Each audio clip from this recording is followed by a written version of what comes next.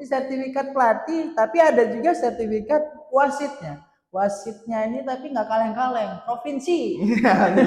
Provinsi. OTW nasional, Bang. Udah selesai. OTW. OTW nasional, OTW nasional.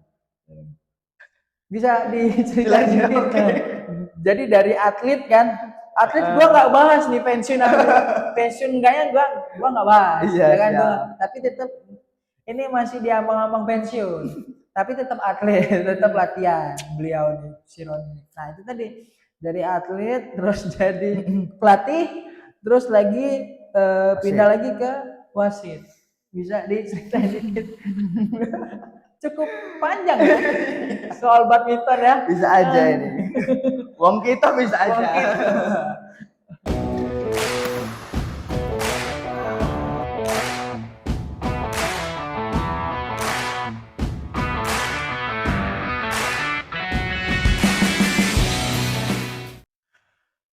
Jika kepala kalian pusing, minum Moderix. Perkenalkan, gue Alex. Balik lagi di episode ngobrol bareng soal badminton. Nah, kali ini gue kedatangan temen gue waktu gue kuliah, temen gue ya udah lama lah.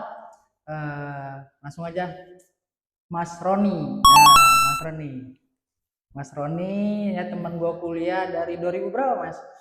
Sekitar 2016. 2016. Tapi kabarnya sekarang sehat. Alhamdulillah, Bang, sekarang sehat. Sehat. Iya. Sehat. Pokoknya di 2016 itu pertemuan kita pertama di kalau nggak salah di Polinnya lah. Polinnya ya, latihan bareng, kejuaraan juga. Ya, kejuaraan juga. Sekarang ini lagi kita lagi buat sparingan ya. Ya, sparing antara Invictus sama PB Angkasa. Ya. Kenapa Angkasa nama klubnya? Nggak tahu ya, waktu itu tuh saya cuma kayak waktunya mepet bener kan. Ya pengurus ya itu kan kok nggak tahu juga Angkasa tuh tiba-tiba ada aja waktu itu kan kebenak aja Angkasa. Jadi nggak ada rencana aangnya tuh apa ya, gitu. Ada enggak Angkasa aja. Nah kan bentuk Angkasa tuh tapi Angkasa tambahnya Metro kan nggak ada ya. Jadi tambahnya Angkasa Metro lebih dipertegas aja ya kan? Dipertegas di Metro Lampung itu sih. Tapi nggak ada spesial Angkasa nggak ada, cuma Angkasa aja dah gitu. Dan ada singkatannya ngomong-ngomong soal klub Angkasa Metro terdiri dari tahun kapan, Mas? Kalau Angkasa, oh ya sebelum di Angkasa saya ini sempat bantu ngelatih di PP Prasanti ya. Nah di PP Prasanti dan juga gedungnya di Gor Prasanti. Tapi setelah dipikir-pikir kok alhamdulillah muridnya nambah. Yaitu kami dari Gor Prasanti itu bisa saya di Gor sendiri dan Prasanti sendiri. Dan murid saya ini alhamdulillah ya nambah terus. Jadi saya berinisiatif membangun Gor sendiri. Jadi alhamdulillah sekarang waktu itu tahun 2022 bulan Juni pokoknya pas waktu pertengahan tahun 2022 Gor kebuat jadi dan langsung latihan di situ intensif di situ. Sebelumnya dibantu melatih tadi di PB Prasanti ya. Kalau nggak salah ya, benar ya? Siapa ya? Bang Dwi ya? Sama Bang Dwi. Ya. Terus siapa lagi ada? Itu senior kita. Senior kita itu Bang Dwi. Di tahun berapa ngebantuin ngelatih itu? Dari tahun 2021. Tadi berarti masih kuliah ya kita ya? Waktu itu ya? Udah lulus ya? Udah lulus ya? 2021 ya. Oh dari situlah dari ramenya tadi atlet terus misah ya kan antum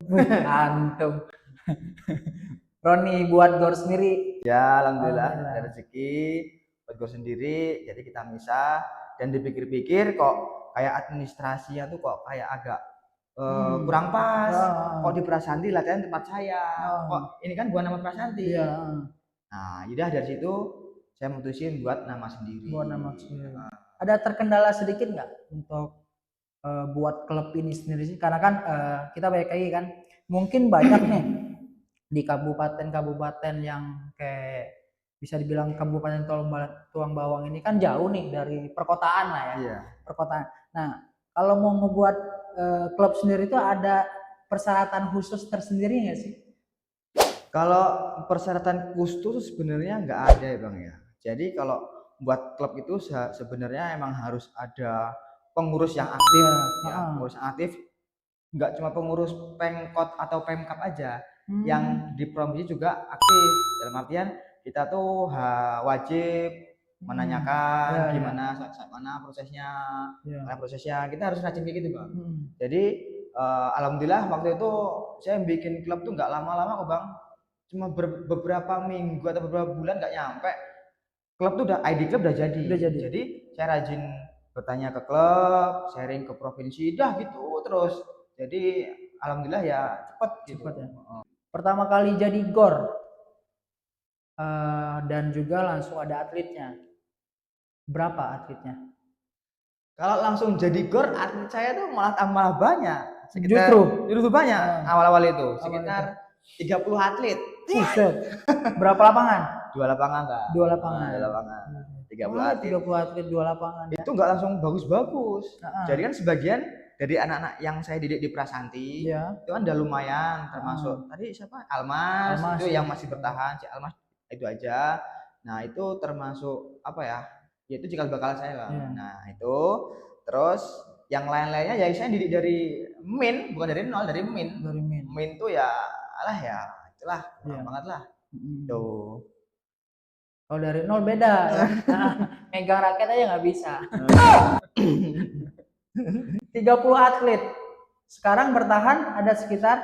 Sekarang bertahan alhamdulillah masih 20 total. 20. Tapi yang aktif sekitar 15. Ya.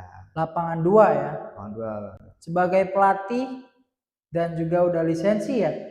Alhamdulillah saya kemarin ya ikut pelatihan pelatih di Bandar Lampung kan. Kebetulan waktu itu tutornya dari PB Jarum dan itu berlisensi BWF. Masya Allah. Level 1, alhamdulillah ya. Level 1 ya. Level Selamat Roni. Level 1. Jadi ya teman-teman yang apa ya, ibaratnya menganggapnya agak gimana gitu di pelatihan saya, ya saya udah membuktikan kalau saya ini ya memang bisa melatih dan berlisensi itu. Lisensi. Kita bahas lisensi. Lisensi kepelatihan, BWF lagi ya. BWF. Itu emang kudu wajib sebagai seorang pelatih apa cuman hanya pelengkap aja? Sebenarnya ini kita bahas kalau kayak gua nih ya, gua pelatih, gua juga pemain. Nah, gua tuh sempat mau ikut kemarin kan lisensi, tapi emang ada beberapa kerjaan yang nggak bisa ditinggal, jadi mengundurkan diri. Roni, apa cuma nanya pelengkap aja apa gimana lisensi? Lisensi ya. Kalau bicara lisensi. Sorry ini mungkin agak sedikit ini ya. Sensitif ini. Kalau gue mau juga dapat lisensi BWF, tapi untuk mungkin harus di reschedule ulang jadwal kerja gue paling ya gitu sih.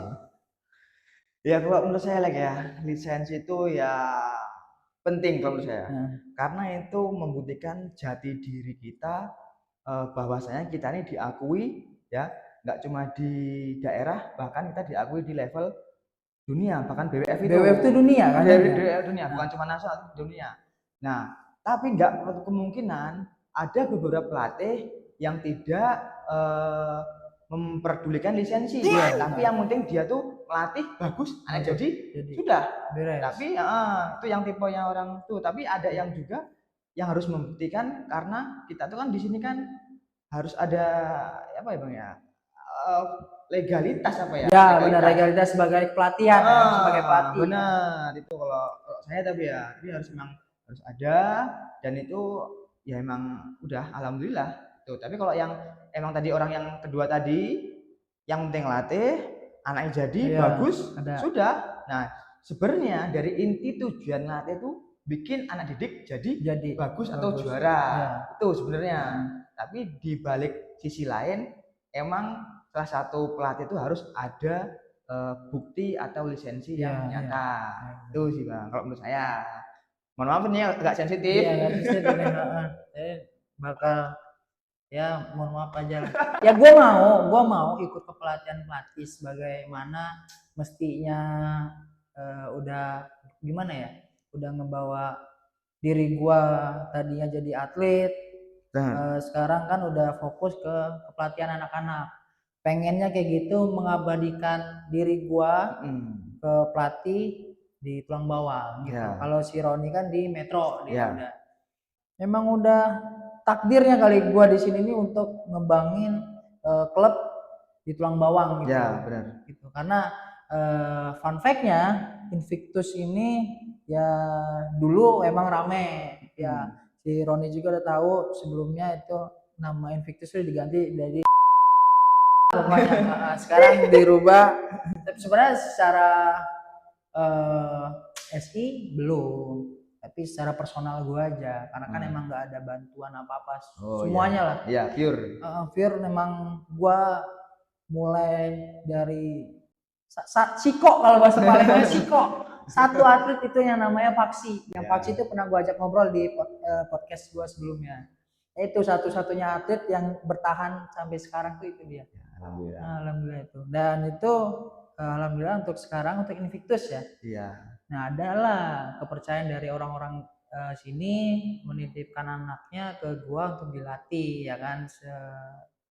Berjalan maybe 4 bulan ya. 4 bulan sih ya. 4 bulan ya, 4 bulan. Ya, nah dari situ mungkin kepikiran lagi kita bahas lisensi kepelatihan mungkin kedepannya. Next kedepannya gue bakal ikut. Iyalah. Nggak tahu entah di sini apa gue di luar Jawa apa di Palembang yang dekat kan. Iya. Ya gue pasti bakal ikut kedepannya. Gue pasti ikut lah. Nah soal sertifikat, fun fact-nya yang gue tahu ini bukan si Ron ini bukan ada sertifikat pelatih doang guys. Dia ini ada sertifikat wasit. Wasit. Pertanyaannya agak membingungkan ya. Wasit ini agak ambigu nih gue sebagai moderator ya. Sebagai ya itu host bingung nih. Ini sertifikat pelatih tapi ada juga sertifikat wasitnya. Wasitnya ini tapi nggak kaleng-kaleng, provinsi. Provinsi. OTW nasional bang. Udah selesai. OTW nasional. OTW nasional. Bisa diceritain sedikit.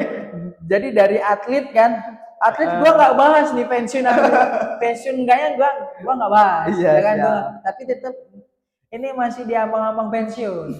Tapi tetap atlet, tetap latihan beliau nih si Roni. Nah itu tadi dari atlet terus jadi pelatih terus lagi pindah lagi ke wasit. Bisa diceritain dikit. Cukup panjang ya soal badminton ya. Bisa aja ini. Wong kita bisa aja. Jadi gini ya Lek ya. Sebenarnya kan kalau menurut orang tuh ya saya ini agak apa ya? Agak bukan pelin-pelan tapi agak ya sambil menyelam tuh minum air. Iya. Jadi airnya air apa nih? Nah itu air madu ya. Air madu. Jadi selagi kalau menurut saya selagi itu masih ada kesempatan saya untuk belajar, saya untuk berkembang, itu saya ikut. Ya termasuk ya saya mempunyai lisensi pelatih dan saya mencoba lisensi wasit. Ya. Tapi kalau untuk profesionalismenya seharusnya tuh kalau sudah pelatih ya harusnya ditekunin ya pelatih. Iya. Terus kalau udah wasit ya emang harus ditekunin di wasit. Ya mereka. Tapi saya pikir-pikir lagi di wilayah Lampung ini kan juga masih agak kekurangan ya? Enggak ya? Yang pertama kalau kekurangan enggak ya? Itu yang benar kekurangan turnamen. Oh, jadi saya pikir kalau di wasit di Lampung kan jarang turnamen lah. Jadi ya jam terbang wasit juga kurang. Nah, kalau di kepelatihan atau pelatih itu kan kita standar. Setiap hari kita masih walaupun nggak ada event kita masih ngelatih. Nah itu. Tapi untuk profesionalismenya ya sebenarnya yang nggak bagus, tapi ya dibilang bagus nggak bagus, dibilang jelek ya untuk belajar gimana ya. Itu sih kalau menurut saya. Jadi niat awalnya berarti emang untuk mencari ilmu lain ya. Siap. Karena jadi wasit tuh nggak gampang. Nggak gampang. Gua sebagai pemain, dia wasit. Nah, gua sebagai atlet pernah memposisikan gua naik jadi wasit. Emosi ngelihat orang atlet itu ngesok gitu kan, gitu lah. Apalagi itu mengibaratkan gua banget gitu loh. Gua banget. Nah, dimana jadi wasit itu perlu tanggung jawab yang tinggi juga.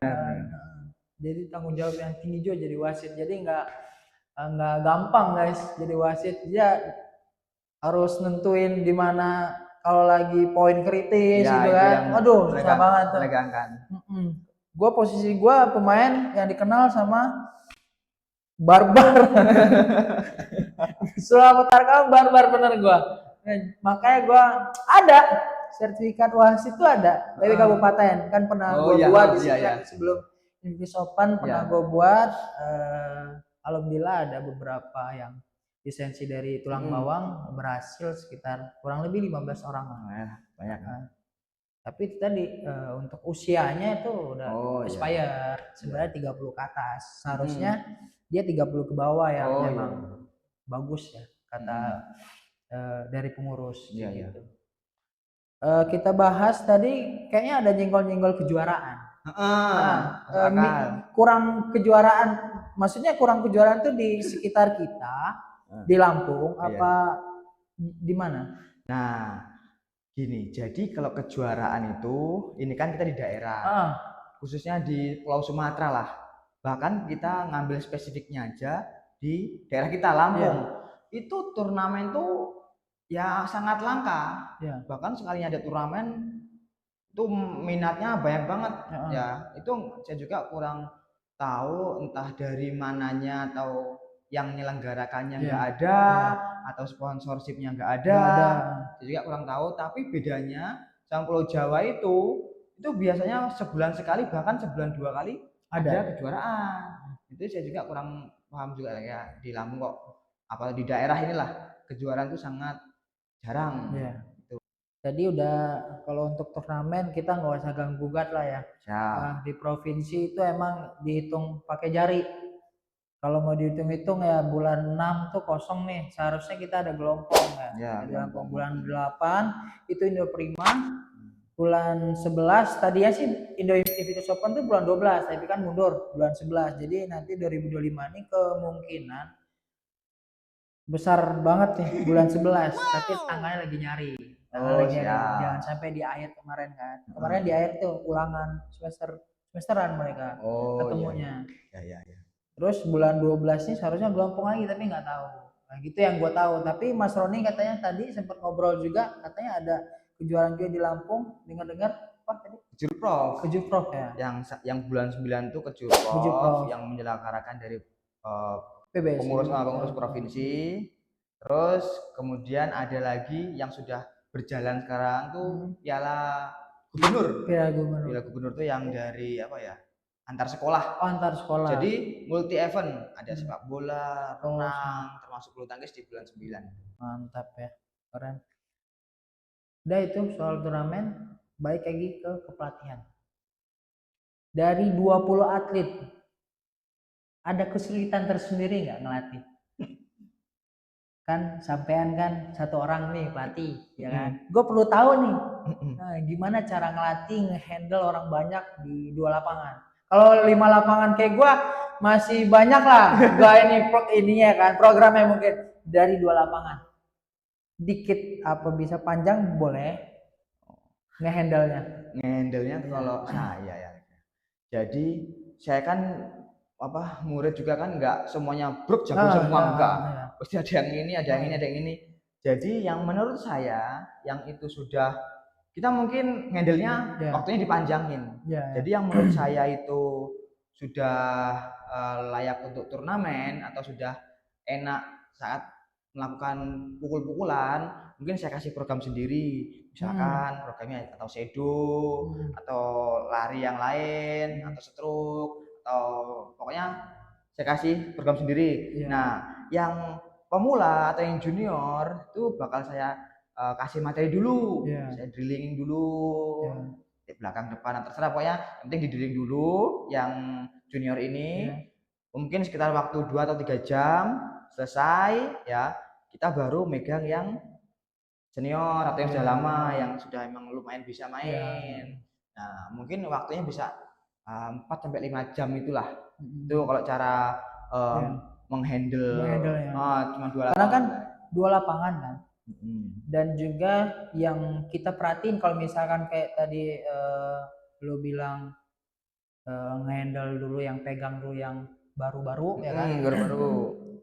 Berarti kan yang udah seniornya tadi tuh nggak ke ini kan, nggak ke maksudnya nggak kepantau kan. Itu pasti dia adalah nyolong-nyolong dikit kan. Pasti nyolong-nyolong pasti lah. Kayak mindahin bola ini langsung. Pasti bener kan? Nyolong juga nggak lo kemarin? Iya gitu. Itu pasti, itu manusiawi. Jadi nggak bisa ditolerir. Tetap mereka tuh tetap bakal ngasih spek apa ya, hal-hal yang membuat kita nggak pas. Tapi itu tantangan kita. Jadi bisa nggak bisa kita sempetin lah, kita ngelirik lapangan sebelah. Ya kita entah kita omongin, entah kita omongin yang cara bentak atau pokoknya gimana caranya anak itu bisa ngelakuin hal yang bener dulu. Tapi emang misal dari program A sampai C itu misal ada yang nyelenong atau apa, ya itu sudah lah. Itu kalau di saya lah. Gitu ya. Oh, jadi ada tips khususnya. Jadi untuk ngehandle anak-anak yang 2 lapangan tuh ya kan ada tips khususnya. Jadi nggak harus diperhatiin satu anak tuh satu gitu, nggak harus. Jadi dibagi, dikasih tanggung jawab. Benar. Ya kan? Itu biasanya yang diperhatiin anak 1 atau diperhatiin anak 2 ya lagi ya. Itu biasanya saya kasih waktu sendiri atau saya kasih hari sendiri. Jadi hitungannya bahasanya itu privat. Misal si Alek atau si Paksi mau khusus latihan, mau khusus emang benar-benar intens, sudah ikut saya paginya atau hari besoknya kita privat. Itu benar-benar kita fokusin. Misal pukulan netting ya netting terus hari itu. Mas ya nyemet gitu aja sih. Kalau fokusnya lebih ke matangan pukulan ya, lebih biar matang pukulannya. Kalau bahas soal sparingan kan pasti kan kita kan yang dimana turnamen kan itu adalah unjuk gigi di orang kan selama latihan. Kalau sparingan kayak gitu ketemu-temu sama orang lain, ada faktor pengaruh besar nggak untuk maksudnya kayak uji coba juga sebelum pertandingan gitu, kayak yang kita lakuin sekarang nih, yang sebelumnya juga Angkasa sama PB Jejama ya, Jejama itu tuh kayak gitu tuh emang silaturahmi satu, dan terus kita latihan terus intens 3 bulan 5 bulan nggak ada kejuaraan kan, pasti kan kayak atlet bosan ya kan, pasti kan masih bosan jenuh gitu kan, perlu musuh dari luar tuh kan kita nggak dapet nih selama turnamen. Sparingan itu kira-kira ada apa ya, gimana ya, ada apa bahasa gua tadi, ada hal yang mereka bisa ambil nggak, mereka bisa petik dari evaluasi sparingan tadi? Oh ya sangat ada, karena musuhnya beda kan, sangat banyak. Apalagi untuk mentalitas. Jadi walaupun kita jago di kandang, jago saat latihan, itu belum tentu saat kita jangan bertanding dulu, saat kita persahabatan tuh kita main bagus. Karena yang kita lawan tuh berbeda orang, teman bukan teman kita latihan. Mungkin dari sana tuh kan karakter orang berbeda-beda. Jadi bisa nggak bisa mentalitas itu terpacu, bakal walaupun kita mikirnya kalah mana, itu bakal ada rasa wah itu bakal dak-dik-dik kan itu kan. Pasti. Apalagi yang ikut turnamen itu lebih berdebar-debar lagi hati, mungkin bakal lebih bagus lagi mentalitasnya. Nih sebelum kita tutup ngobrol bareng badminton yang di hostin sama dari Alex Official. First impression lo ketemu sama gua. Jadi ya apa ya, kita kan sesama atlet dan sesama sekarang malah pelatih juga. Ya. Jadi kalau menurut gua pertama kita ketemu tuh kan di Polinela. Ya. Jadi ya mungkin baru-baru pertama ketemu mungkin ya dari sifat dari itu kan masih agak disembunyikan. Jadi ya enggak apa ya oke lah. Tapi semakin kesini semakin kita deket, semakin kita banyak sharing ya sudah. Tapi yang jadi anehnya tuh kenapa kita tuh kan akrab, tapi kita tuh pas di lapangan nggak pernah partner.